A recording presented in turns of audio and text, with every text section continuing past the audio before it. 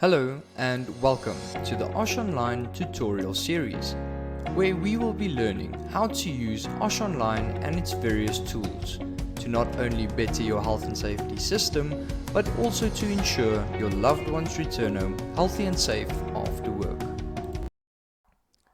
In our previous episode, we successfully completed the Osh Online system setup with both departments and employees. For today's video, we will be looking at the rest of the registers. The first register we will be having a look at is lifting equipment. This register will be created to keep record of all your lifting equipment's load test and service certificates.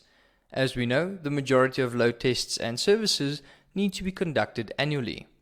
This register will allow you to list all of your lifting equipment, allocate expiration dates of the certificates, and even upload a copy of said certificate for record keeping purposes. Let's go ahead and enter the lifting equipment register. You will then be greeted by the register page, and immediately we can see that there are two buttons. The first is an add new entry, which we will use to add more line items to our lifting equipment register. There is also a delete selected button that we can utilize to remove a line item if it is no longer in use. We simply select the box on the far right hand side and hit the delete selected button to remove. We can also note that there is already a line item with all the relevant details that we will be populating in just a second. A few important things to note here. We can also utilize the search function if you have multiple line items within this register, as well as filtering tools on each one of these departments. But for now, we will go ahead and say add new entry. We have now entered the lifting equipment forum. You will see that the first line item has already been populated due to our selection made above. We are then asked to include a serial number. This is the serial number of the lifting equipment that we wish to add. The serial number can be found on the lifting equipment itself. But for this example, we will say ABC. It then asks you for a description. The description is the lifting equipment plus the certificate that you wish to upload. So for this example, we will then include chain block and load test for the chain block. We are then asked when was the last service date.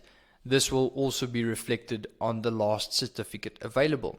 So for this example, let's just say this was done in January this year.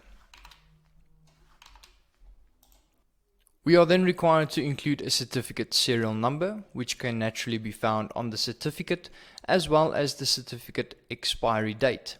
So for this example, we will make it a year from now. We are also asked for the frequency in when the load tests need to be conducted. Naturally, the load tests are an annual occurrence. And lastly, they ask, is a checklist in place? For this example, we will say yes. Once the form is completed, go ahead and hit the insert button.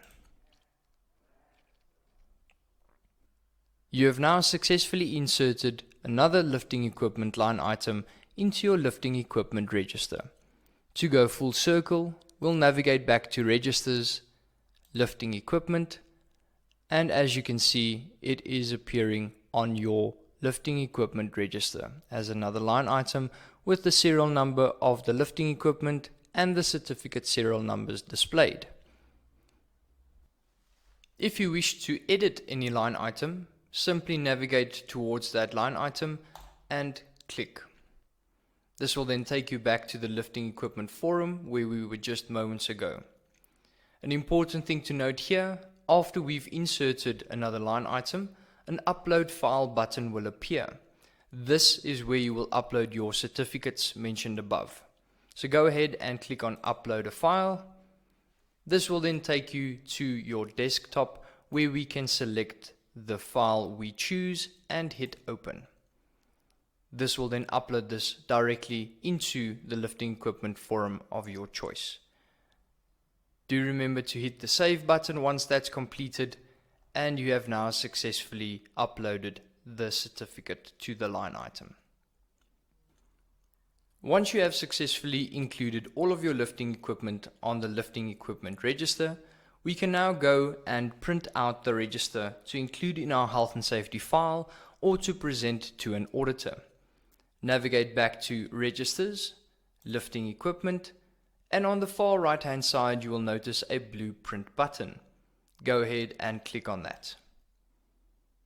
This will then provide you with a PDF printable document, as mentioned, that you can include into your health and safety file or to provide to an auditor if needed. Thank you for watching. If you found the tutorials helpful, please like the video and subscribe to our YouTube channel. Don't forget to turn on the notifications to stay up to date with all the latest news and videos from Safety Wallet. Stay tuned for the next tutorial. Thank you, and until next time.